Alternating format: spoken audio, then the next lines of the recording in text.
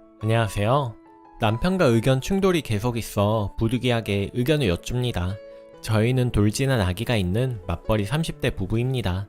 저는 평소 작은 병이 큰 병이 될 수 있다고 생각하여 조금만 아파도 병원 진료 및 검진을 보는 편입니다. 의료보험의 혜택이 좋은데 그걸 잘 활용하는 편이네요. 아프면 약도 바로 먹고 새벽에 생리통이 있으면 혼자 편의점 가서 약을 사 먹을 정도입니다. 반면 남편은 정말 아픈 경우가 아니고서는 병원을 가지 않는 편입니다. 아기가 작년에 태어난 이후 병원 치레를 참 많이 했어요. 접종열, 감기, 전염병, 작년 올여름은 수족구를 앓았고 그때마다 열도 많이 났습니다. 아기가 38도 이상일 경우 해열제를 복용을 했습니다. 아기 키워본 분들은 아시겠지만 해열제 먹이면 떨어졌다가 또 열이 오르는 경우가 잦은데요. 아기 3개월 때부터 접종을 시작하잖아요. 주사를 맞고 열이 났는데 그때 시어머니께서 남편에게 전화가 와서 열나는 아기에게 손을 따주라는 말을 하셨습니다. 포털 사이트에 검색을 많이 했지만 자료가 거의 없는 의학적 근거가 없는 말 그대로 민간요법이었습니다. 접종 주사만 맞춰도 너무 마음이 아픈데 태어난 지 얼마 되지 않는 아기에게 열이 난다고 손을 따주라니 정말 충격적이었습니다. 저도 어릴 때부터 체했을 때 손 따본 적은 있지만 엄마가 손 따면 괜찮아지는데 한번 해볼래? 라고 해서 제가 동의해서 딴 적도 있고 무서운 날엔 병원 가서 치료한 적도 있거든요. 제가 펄쩍 뛰며 아직 너무 어린데 열나면 병원에 가야 된다고 하니 남편은 우리 어릴 때 다 그렇게 컸다며 시어머니 말대로 해보자는 식으로 설득을 하더라고요. 제 강력한 반대에 시어머니 말처럼 하지 않았지만 어머니면 따면 되는데 왜 안 따냐고 답답하다는 식으로 말씀하시더군요. 그때부터였습니다. 아기가 열이 난다고 하면 시어머니께서는 계속 손을 따주면 열이 가라앉는다는 의견을 피력하셨고 올여름 아기가 돌이지나 수족구에 걸렸습니다. 아기가 수족구 걸린 분들 증상이 다 똑같진 않겠지만 입안에 구내염도 열 몇 개가 나서 밥조차 못 먹고 우유만 마시는 아기를 보며 너무 마음이 아팠습니다. 39도 넘는 고열도 4, 5일 가니 정말 피말리는 날들이었죠. 아기 열나는 동안 시어머니도 아기 걱정을 하시며 매일 남편에게 연락을 하셨습니다. 어느 날 남편이 소곤소곤 전화를 받길래 누군지 보니 시어머니랑 통화를 하더군요. 그러면서 한다는 소리가 손을 따주면 열을 내린다며 다 그렇게 한다라고 말을 하는 겁니다. 작년에 이 문제로 싸운 일이 있어서 이번에 누가 그런 말을 했는지 주어는 생략은 했지만 바로 알아챌 수 있잖아요. 이미 저희는 그런 방식을 쓰지 않겠다고 몇 번을 이야기했는데 또 그런 말씀을 하시는 어머니를 보니 화가 나더라고요. 무시하고 해열제를 먹였습니다. 열이 내린 뒤 어머님께서 남편에게 전화가 와서 열이 내렸느냐, 손 따줬냐 물으시더라고요. 남편이 안 따줬다 얼버무리자 따주면 되는데 왜 안 따주냐, 아니 왜 그렇게 고집이 세니 하시더라고요. 통화 소리가 커서 다 들렸죠. 그리고는 넘어갔는데 사건은 며칠 전 일어났습니다. 저희 맞벌이라 아기 어린이집은 친정 근처로 보내고 있고 제 회사가 친정 근처라 하원 담당은 친정 엄마가 해주고 계십니다. 시어머니가 저희 엄마에게 손주를 봐줘서 고맙다고 전화가 오셨다 이야기를 해주더라고요.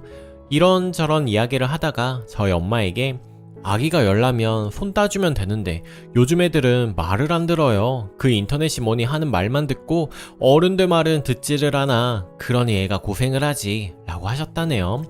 친정 엄마가 황당해서 말씀을 하셨대요.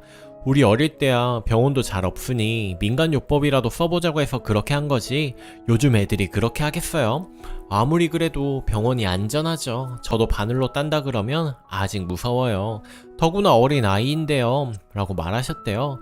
근데 시어머니가 역정을 내시며 그렇지만 우리 어릴 때 다 그렇게 그거 키웠어요.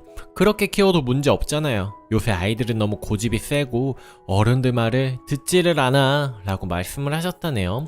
친정 엄마를 통해서 이 이야기를 듣는데 정말 이건 아닌 것 같은 겁니다. 평소에도 젊은 세대의 육아 방식을 인정하지 않으시고 과거 이야기하면서 본인 하고 싶은 대로 하시거든요. 모유도 무조건 해야 한다 하시고 태열이 올라오는데 이불을 덮으라고 하는 그 고정 레파토리 역시 저희 시어머님의 이야기고요. 심지어는 제가 있음에도 자기 마음대로 하십니다.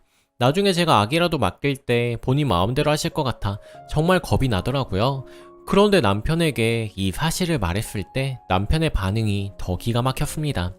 장모님은 우리 싸움 붙이려고 한 것도 아니고 잘 살라는 건지 말라는 건지 의중을 모르겠네. 그런 이야기를 왜 하시는 거야?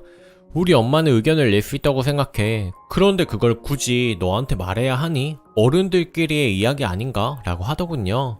여기에 기분 나쁜 제가 이상한 건가요? 민간요법을 계속해서 강요하고 저희 엄마에게까지 전화를 해서 요즘 애들 말 안 듣는다 말씀하신 게 잘못된 거 아닌가요? 그걸 이야기를 듣고 전한 저희 엄마의 탓으로 돌리는 건가요? 네, 다 떠나서 오랫동안 그런 생각을 하고 살아오신 분이니 생각을 고치긴 힘들겠죠. 제가 제일 불만인 건 남편의 대처 방식입니다. 시어머니와 아내 중간에 끼어서 본인 엄마한텐 찍소리도 못하고 아내에게 타박하고 시어머니 말씀에 섭섭해하고 기분 나빠하는 저를 이상한 사람으로 몰아가다 못해 장모님에게 화살을 돌리는 남편. 이게 정말 정상적인 사고방식인가요? 제가 불만을 가지는 게 당연한 거 아닌가요? 여러분들의 의견을 정중히 여쭙니다. 후기. 오랜만에 인사드려요. 그동안 아기 케어한다고 후기를 못 올렸네요. 그때 남편이랑 말다툼하고 제가 며칠 동안 이야기를 안 했습니다. 그런 적이 없던 터라 남편도 그렇게 화내는 제 모습에 미안하다고 사과는 했지만 근본적인 해결책은 아니었죠. 이곳에 소중한 의견들 많이 주셨더라고요. 미처 제가 생각지 못한 해결책을 제시해 주셔서 바로 실행을 했습니다. 아이 영유아 검진을 미리 예약했었는데 이참에 남편과 시어머니를 병원에 데려가서 의사의 소견을 함께 듣고 깨우치게 해야겠다 싶었죠. 그래서 함께 아이 검사를 하고 검진을 한 후에 의사 선생님께 이야기를 했습니다. 저 여쭈어 볼 게 있는데 열이 날 때 보통 손을 따나요? 그런 이야기가 있어서 확인하고 싶어서요. 그랬더니 의사가 무뚝뚝하게 누가 그래요? 예전에는 한의학에서 그런 주장을 펼쳤다가 논란이 된 적이 있습니다.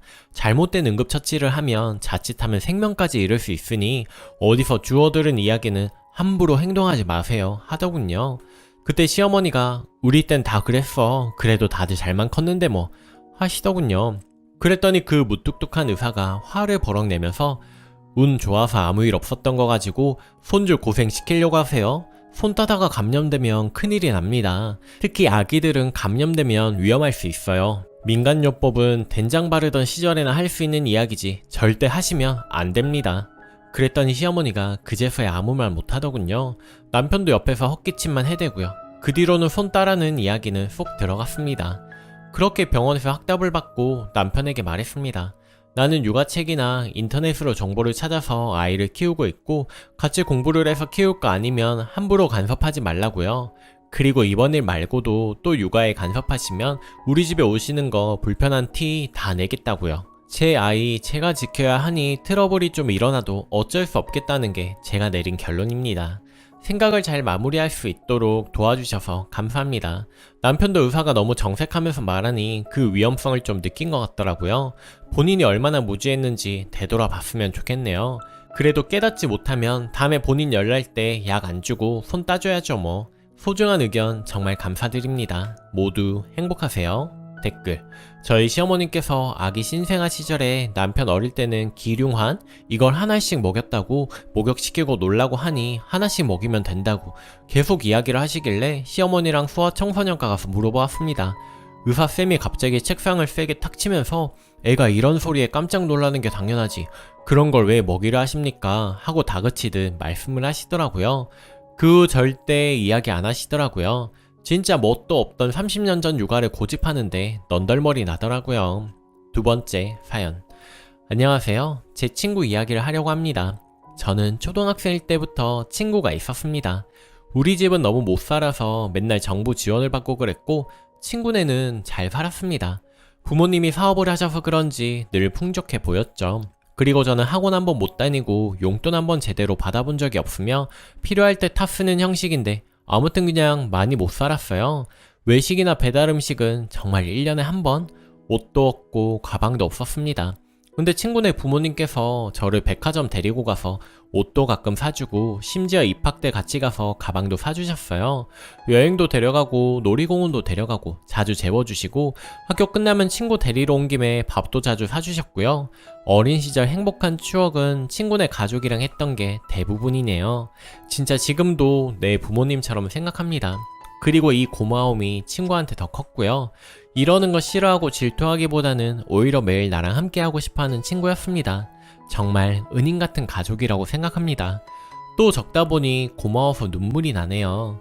그런데 고등학교 때부터 친구네 사정이 정말 안 좋아지더니 고3 때 파산을 했습니다. 친구는 담담하게 굴었지만 너무 힘들어 보였습니다. 빚이 감당할 수 없을 만큼 크다고 했던 것 같아요. 반면 저희 집은 점점 좋아지고 있었어요. 언니가 손댄 게 엄청나게 잘 돼서 많이 여유 있는 집안이 됐습니다. 배달도 시켜 먹을 수 있게 되었고 여행도 갈 수 있는 수준이 되었죠. 그리고 성인이 되면서 언니가 트룸 하나를 자가로 얻어주고 말하더군요. 야, 이젠 지원 없어. 네 스스로 벌어먹고 살아. 그래서 그 이후로는 아르바이트를 해서 학교를 다니고 지금은 일을 다니면서 사는 중입니다. 친구는 집안이 그렇게 되고 부모님 지방에 내려가셔서 사촌네에서 살고 있었어요. 저는 그게 항상 안타까웠고 자매처럼 생각해서 집이 생기자마자 우리 집에서 살자고 제안을 했습니다. 그리고 친구는 바로 짐 싸서 나왔네요. 그렇게 같이 살게 됐고 처음엔 좋았습니다. 어느덧 8년이 흘렀네요. 8년 동안 생활비 안 내고 이렇게 같이 사는 거 좋아요. 고마움으로 다 이겨낼 수 있습니다. 그래도 섭섭한 게 생기네요. 우리 부모님도 나 나와 산다고 매일 먹을 거 보내주고 와서 챙겨주고 친구 거도 같이 보내고 하는데 고마움이 없습니다. 저는 명절, 생신, 친구 부모님 선물을 보내거나 찾아가서 맛있는 거 사드리는데 친구는 그런 게 하나도 없습니다. 아예 그리고 진짜 심란한 건 자꾸 너 가난할 때, 너 못 살 때 등 빈정 상할 때마다 저런 얘기를 한다는 것입니다. 예를 들어 저도 풀파티 이런 거 갈 수도 있는 거잖아요. 그래서 나 외박한다? 놀러가 이러면 기분 나빠하면서 어디? 라고 합니다. 제가 풀파티 하러 간다 라고 말하면 너 애기 땐 그런데 못 가서 우리 엄마 아빠 데리고 갔어야 했는데 다 컸네 이제 라는 식으로 빈정대고는 합니다. 외식해서 늦게 들어온다고 치면 못 살 땐 외식도 못해서 우리랑 먹는 게 다였는데 출세했다 이렇게 말합니다. 저도 학생 때는 이런 말들이 괜찮았어요. 그런데 제가 일을 시작하고 심해지더군요. 친구가 하는 말의 강도도 저의 체감도요. 친구는 사촌네 가게에서 일하는데 진짜 급여가 엄청나게 짭니다. 그냥 부려 먹어지고 있다고 해도 과언이 아닙니다. 본인이 대학을 못 가서 사무직 못 갈 거라 생각하더라고요. 그래서 제가 말했죠. 지금 그래도 우리 20대고 30대기 전에 자격증 따서 일할 수 있어 라고 해도 내가 잘난 척 한다고 생각합니다. 진짜 죽겠습니다. 제가 떡값을 타서 헤드셋 하나 장만했는데 그거 보더니 우리 땡땡이 예전엔 이어폰도 없어서 내 거 줬는데 이제 잘 나가네 합니다. 저번에 나는 침대 쓰고 친구는 바닥 생활하는 게 마음이 안 좋아서 어차피 내 집이고 친구 없어도 손님 방이니까 침대 하나를 사줬습니다. 근데 그거에 하는 대답이 예전에 생일 선물도 못 주던 애가 이제 사람 됐다 라고 합니다. 항상 이딴 식이고 제가 베풀어도 예전엔 찌질했던 제가 이제야 정상적으로 행동하는 것처럼 말합니다. 근데 위에서 말했다시피 화가 나다가도 아주 고맙고 사랑하는 친구입니다. 관계를 깨뜨리고 싶지 않고 어떻게 해야 할지 모르겠네요. 후기. 역시 대화가 중요하다 느끼는 순간들이었어요. 날 잡고 친구에게 말했습니다. 네가 과거 운운하며 하는 말들이 가시가 되어 아프다고 농담 삼아 장난으로도 그렇게 얘기하는 거 잘 알지만 빈도가 높아지고 강도가 세니까 마음이 아프고 힘들다고 상기시켜주지 않아도 늘 너에게 고맙게 생각하고 어릴 적 따뜻한 기억에 감사하다고 친구가 펑펑 울며 말하더라고요. 사실 너무 고마운데 고마움을 표현하는 법을 몰라서 자꾸 말이 그렇게 나갔다고요. 사실 어린 시절 고맙다고 말할 일보다 주변에 베풀면서 지내는 게 익숙해서 어려웠다고요. 은근한 질투가 있었던 것도 사실이라며 미안하다고 하더라고요. 둘이 정말 껴안고 펑펑 울었습니다. 그래서 친구에게 말했죠. 네 상황과 관계없이 넌 나에게 너무 소중한 친구이고 잘 되길 바라며 우리는 아직 어려서 충분히 그럴 가치가 있고 가능성이 있다고 희망을 갖자고 말했습니다. 그리고 그 뒤로 친구의 말에는 더 이상 가시가 없네요. 오히려 서로 위해주고 더 챙겨주려고 하고 있습니다. 이런 친구가 있어서 정말 세상에 감사하고 행복한 요즘입니다. 도와주셔서 감사드려요. 댓글. 순이님한테 질투하는 거다라는 의견이 종종 보이는데 제 생각에는 질투보다는 부끄러움 때문인 것 같습니다. 멘탈이 강한 사람이라면 모르겠지만 대부분 사람들은 가진 걸 전부 잃었을 때 정말 부끄럽고 자괴감이 들고 그럴 거예요. 더군다나 유년 시절 자기가 도와줬던 친구한테 도움을 받는 처지가 된다면 더욱 부끄럽고요. 사람이 그렇게 되면 방어 기제도 강해지고 그래서 작성자분께 그렇게 말하는 것 아닐까요? 추억을 나누고 서로가 소중한 사이인 만큼 어려울 때 서로 돕고 솔직하게 본인의 감정을 말하면서 잘 푸시길 바래요. 오늘 제가 준비한 사연은 여기까지입니다. 여러분은 어떻게 생각하시나요? 오늘도 좋아요 눌러주시고 항상 행복한 하루 보내세요. 감사합니다.